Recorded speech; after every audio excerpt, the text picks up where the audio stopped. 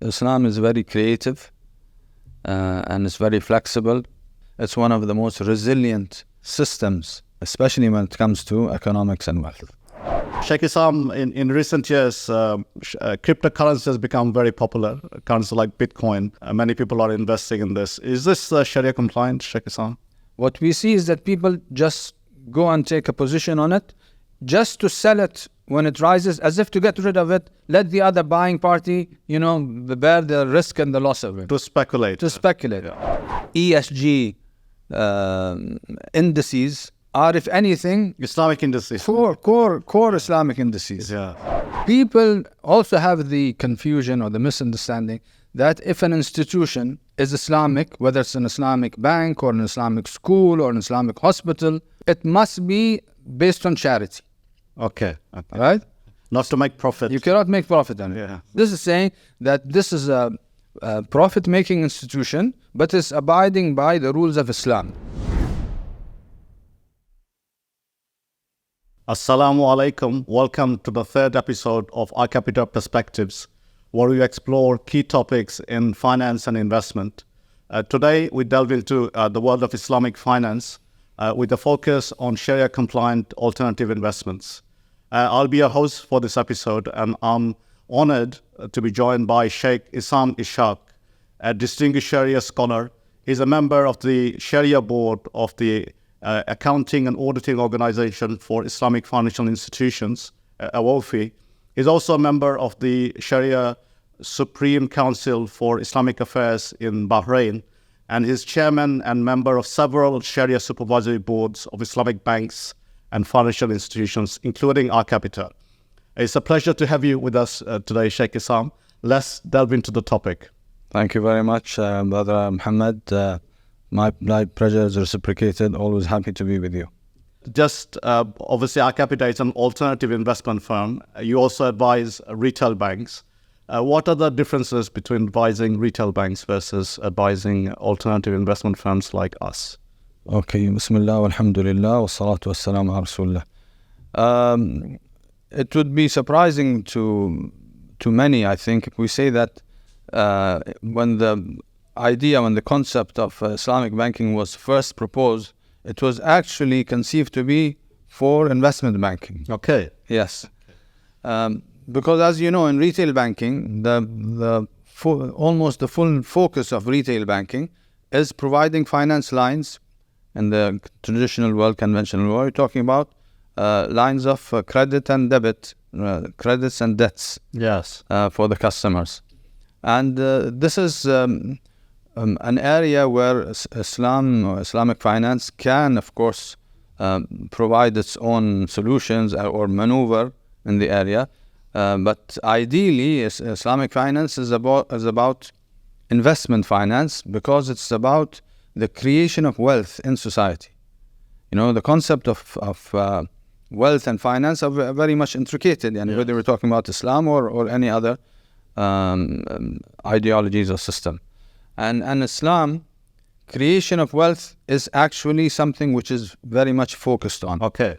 Eradication of poverty is another thing which is focused on, because they go together. If you create wealth and at the same time poverty is being increased, so there's a polarization between the wealthy and the poor, it doesn't serve the purpose.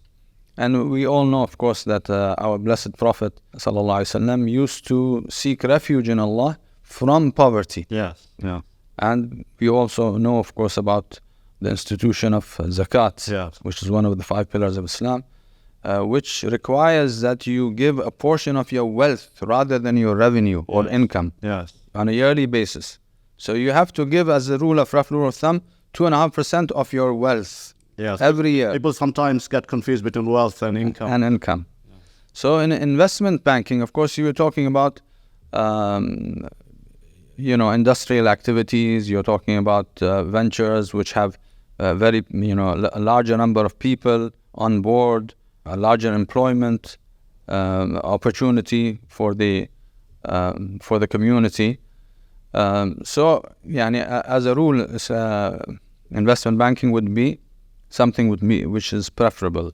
Challenges are that although this was the original concept, and actually it's the ideal concept when we come to Islamic finance. But Islamic finance, Islamic banking, let's say, developed as retail banking. It was quite a few years when we came on board with investment banking. Alhamdulillah, I think you have seen that Islam is very creative and it's very flexible, and it can very easily adapt to the different difficulties or challenges that it faces. In all situations, it's one of the most resilient systems, especially when it comes to economics and wealth. Thank you for that, Sheikh Isam.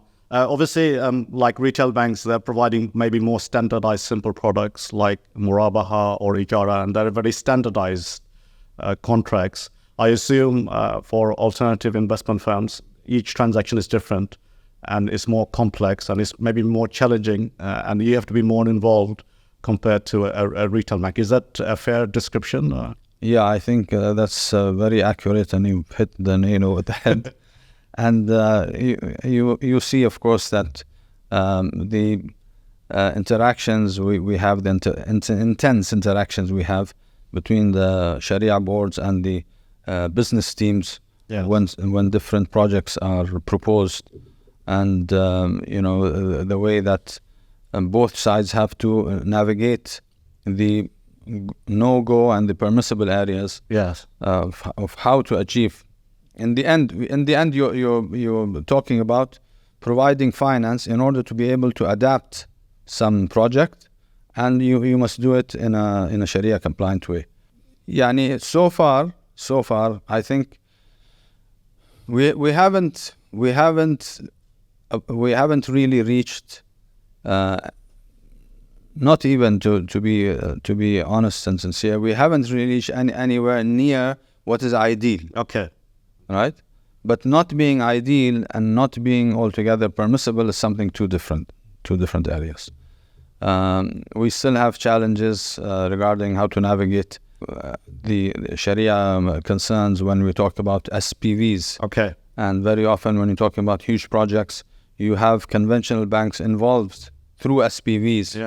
And these are very intricate areas that are tackled on a case-by-case basis. It's an interesting topic. We always discuss what substance and form. Sometimes you just try to comply with the Sharia rulings by ticking the boxes in terms of the structure, where the substance might look very different. So maybe make some comments about substance and form when you're looking at advising alternative investment firms. Definitely, substance takes precedence over form. This is by agreement, by consensus, by unanimity of all. When we talk about substance, we're talking about the arrangement, the transaction, the contract in and of itself being Islamic, being Islamically considered proper. Of course, there are border areas which also scholars might have various varying viewpoints regarding it being permissible in this case, not being permissible in this case. But this does not mean that form can be neglected. To give you a very simple, basic example. If a person, for example, an individual goes to a grocery store that he or she usually deals with, and they're buying something, and when they have taken whatever they've needed, he's short of cash to pay off. So he tells the owner of the grocery place or the person working there, here, take my watch. All right? As a security or... Now, see, this is where we have to differentiate between substance and form. So he says, take my watch. I will go and I will come back. Bring the remaining amount. I will bring the remaining amount. So now what does take my watch mean? It could mean keep it as security. All right? It could mean, this is... Take the value. Take the value of it, right? Now, I am short, I'm in deficit of, let's say, 100 dinars, and my watch is worth, we can argue, is it worth 100 dinars or 80 dinars or 120 dinars? So But the thing is, I didn't say exactly what I want. You didn't specify I didn't your specify. intention. Yeah. Yes. So here, if there's a dispute, the arbitrator, whether it's from the judicial system or someone else, they will have to first of all make sure what were the words that were used. Okay. You know, and this is when we're talking about form. Okay. The words have a direct impact. Form is also important. Very important. Yes, very important. And in some schools, especially when we're talking about contracts of commutative transactions, but also in marriage and divorce. Yes. Yeah. Form is very important because it can only take place by using specific words. Yes. Yeah. Yes. Yes, you're absolutely right. Yeah. I got two of my children married, and the imam was insisting that I say things in a specific way. Yes. Yeah, absolutely. So going back to interest, Sheikh Isam, I think going back to the previous discussion, that people are not aware of the Sharia relating to transactions, to muamalat. Maybe some instructions to ordinary Muslims again about the dangers and the seriousness of taking or paying interest, and why we should avoid it at all costs. Okay, Islamic finance, as Islam as a whole, in all areas and aspects of Islam, is very much ethical. Okay. In its outlook, and in its in its injunctions. It's based on, in essence, it's based on justice and kindness. Okay. Right, and this is based on the verse in Surah Al-Nahl, verse in the 16th Surah of the Quran. Inna Allah ya'muru bil adli wal ihsani wa ita'i dhil qurba, till the end of the verse. So Allah commands, or most certainly it is Allah who commands justice and kindness. Okay. Until the other commandments that are in this verse. So even in seeking justice, we must be kind. Okay. Islam says that most difficulties, disputes, conflicts in this world arise out of transgressions regarding possessions. Okay. Right? And therefore it has very clear rules. Clear rules, and it has clarified these rules. They're very simple, but they're not simplistic. Okay. Right? Okay. And it has given us a number of controls in order to avoid legal stratagems around these rules. Okay, not to get around. Not to get around. Although you can do it outwardly as if you're fulfilling the rules, but in substance you're not. Yeah. So it's given us very clear controls in order to avoid it. Everything, all religions, all isms, of course, forbid cheating, forbid exploitation, and whatever comes, different types of these.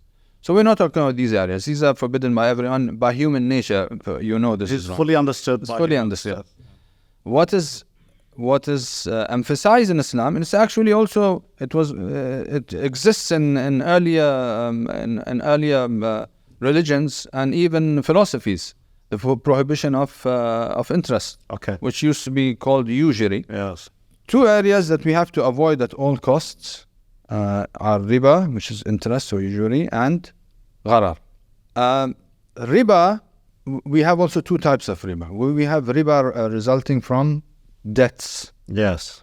Whether the debt having come from a loan or from a commutative transaction, such as you might buy something on a deferred payment basis. Yeah. So that's a debt. Yeah. Or I might borrow something from you. That's a loan. Yeah.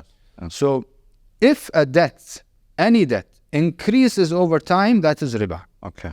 Right? So that is very clear. Okay. And it's a very simple instruction. Okay. Once a debt has realized, that debt cannot increase over time. The principle has to stay the same. Yes. Maybe let's move on to venture capital investments, where the method that's usually using preferred shares. Yes. What are the issues with preferred shares, Sheikh Isam? The main issue with preferred shares is that you're talking about guaranteeing for some of the partners, which are the preferred shareholders, you're guaranteeing their principal, or even a portion of the principal. Okay. And the Islamic ruling, and this is by consensus, and this shows that how our earlier scholars, when they gave their rulings, they understood, they were very much in the market. Okay. They understood the real economy. They understood and financial transactions. They were very much involved in the real economy. And in fact, we have a very famous saying of our second Khalifa, Umar radiallahu anhu. He said that no one should enter a marketplace and being engaged, not as a client or a customer. No one should be in a marketplace unless he is a faqih. Okay.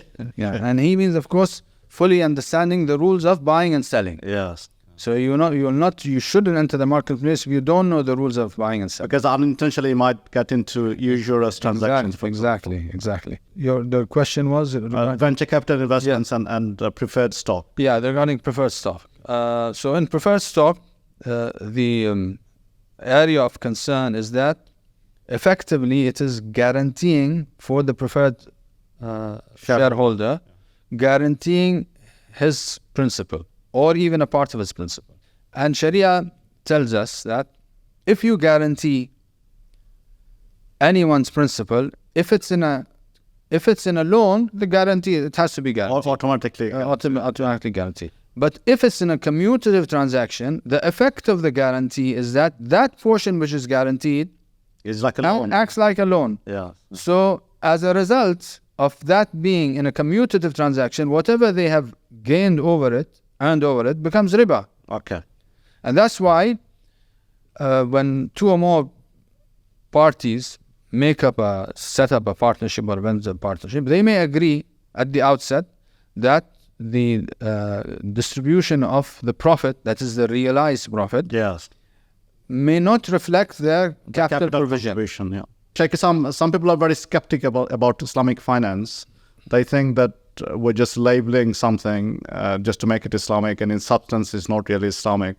They're very suspicious. How would you respond to those people? Yeah, first of all, we have to actually realize that these people actually of two categories. The majority of them are really have this misunderstanding. Okay. They are unaware, so they cannot see the real difference. And there are people who have some agenda, some complex, some agenda in order to promote, because in essence they are, not sympathetic to Islamic finance. Yeah. So we can say, first of all, that we understand the confusion that people have, because very often they do look alike, but in substance they are different. Okay. One might give the example of halal meat and non-halal meat. Okay. So you have a steak taken from a cow which has been killed in the non-permissible manner. Yes. And it's put on a plate in front of you. Yeah. Another cow which has been slaughtered properly Islamically, and that is put on a plate, and they're taken from the same part of the cow. Yes. You will not tell the difference. Yeah. Maybe if you test them in the lab, you'll see the blood content here greater, higher. No, but even taste-wise, you can hardly tell the difference, and they look alike and they smell alike. Yes. So they say, "What's the difference?" No. This is steak and this is steak. But the issue is that manner of slaughtering changed the ruling from permissible to impermissible. Yes. So similarly, as we had, I think we had mentioned earlier that this was sort of a doubt raised by the enemies of the Prophet. Okay. By saying, "Innama al-bay'u mithlu riba." Yeah. Why are you guys confusing people? Riba is the same as deferred sales. Yes. Whereas, no, Allah says deferred sales are permissible. Yeah. Whereas riba is impermissible, because that is not a debt which has increased over time. Yes. That is a debt which has arisen from a sale, and that debt does not increase in value. Yes. So, yes, a person, for example, a person who might want to purchase a car, let's say, from an Islamic bank. The Islamic bank is not lending that person money. The Islamic bank is actually purchasing the car. Okay. And then selling it for a markup, for a profit. Yeah. People also have the confusion or the misunderstanding that if an institution is Islamic, whether it's an Islamic bank or an Islamic school or an Islamic hospital, it must be based on charity. Okay. Right? Not to make profit. You cannot make profit on it. Yeah. Which is not there. This is saying that this is a profit-making institution, but it's abiding by the rules of Islam. Okay. In its profit generation, in its revenue generation. Yeah. Sheikh Isam, in recent years, cryptocurrency has become very popular. Currency like Bitcoin, many people are investing in this. Is this Sharia compliant, Sheikh Isam? This is something very new, as we all know. And cryptocurrencies have appeared in less than 20 years or so, right? And the most famous of these is the Bitcoin. But in fact, we have thousands, literally thousands of cryptocurrencies who have made their appearances and suddenly disappeared. Some of them have disappeared. Yeah, many actually have disappeared.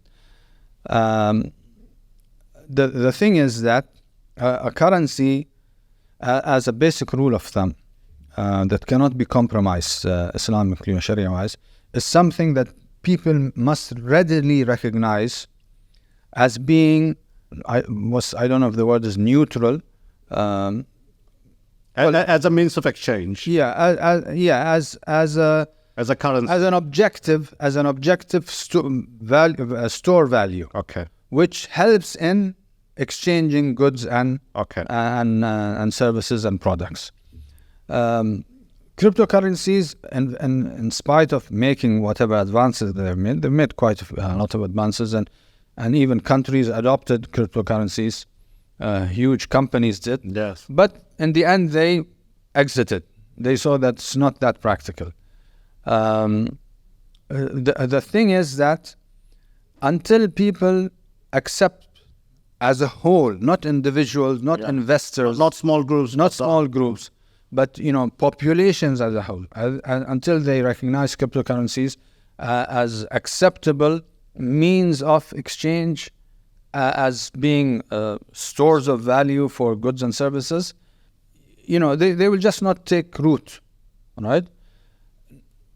Coming to the question of if they are Sharia compliant, permissible Sharia-wise or not, this might open the Pandora box of questions regarding fiat money as well. I mean, especially since 1971, when fiat money is no longer covered by gold. Yes. So what does it really represent?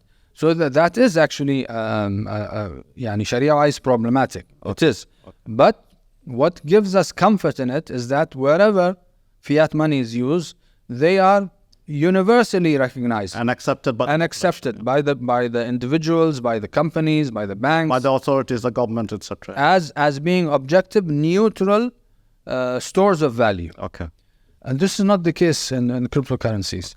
What we see is that people just go and take a position on it just to sell it when it rises, as if to get rid of it, let the other buying party, bear the risk and the loss of it. To speculate. Yeah. Which is very much in a clear-cut case of major gharar, which is the other area of no-go area in Sharia finance, Sharia rules regarding wealth creation and wealth generation.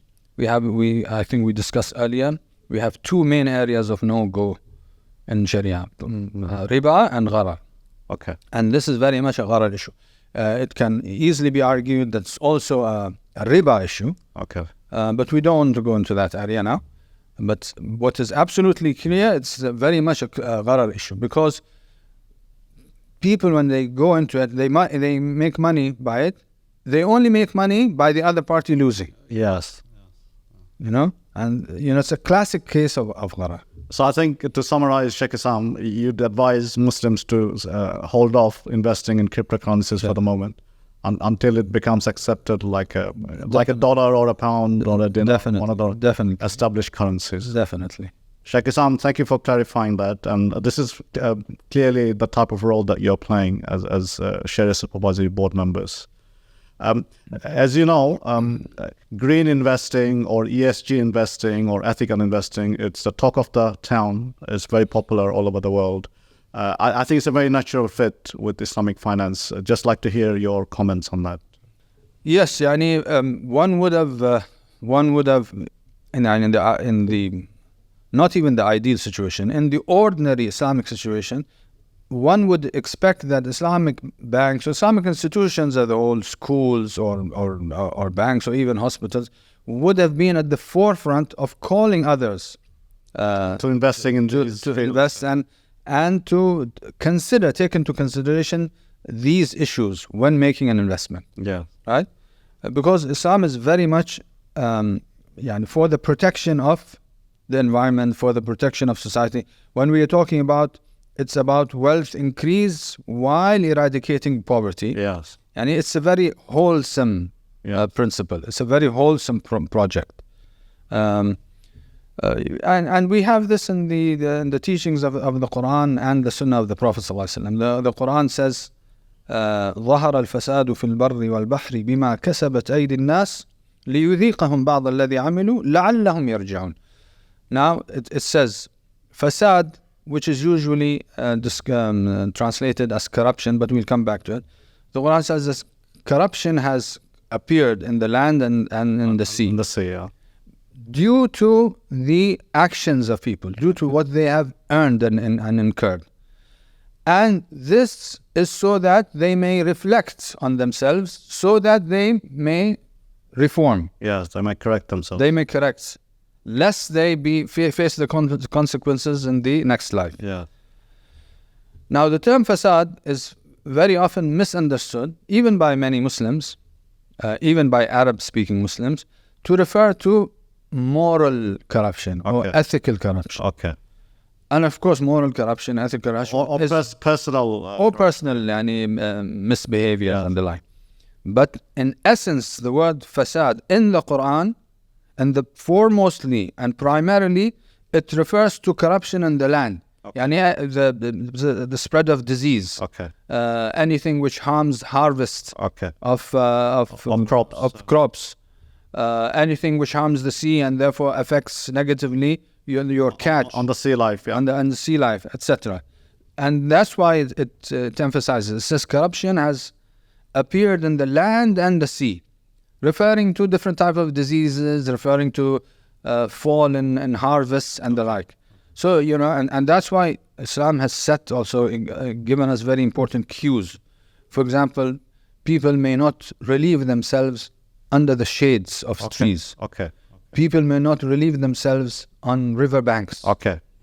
Or close to wells, water wells. Yes. It can contaminate the water. It can contaminate the water and it will hurt people. Yeah. And you are harming people. And we have specific, explicit prohibitions in this. So, ESG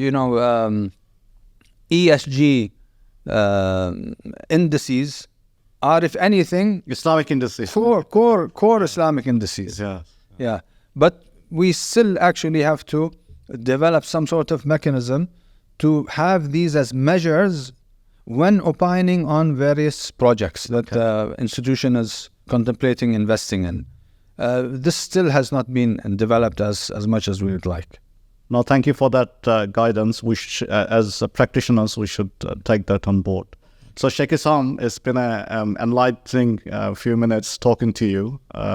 I think the people listening to this podcast will enjoy and will have a greater understanding of Sharia as it relates to finance and investments. And we hope that this industry continues to grow. And we need actually more scholars like yourselves. And maybe one of the things we did not discuss in too much detail is we need more younger and more people to come into this industry to become Sharia scholars for the future. So we thank you for joining us. Jazakallah khairan. And thank you very much for this conversation. And thank you, brother, for giving me this opportunity. Always happy and glad to be participating in such activities. Assalamu alaikum.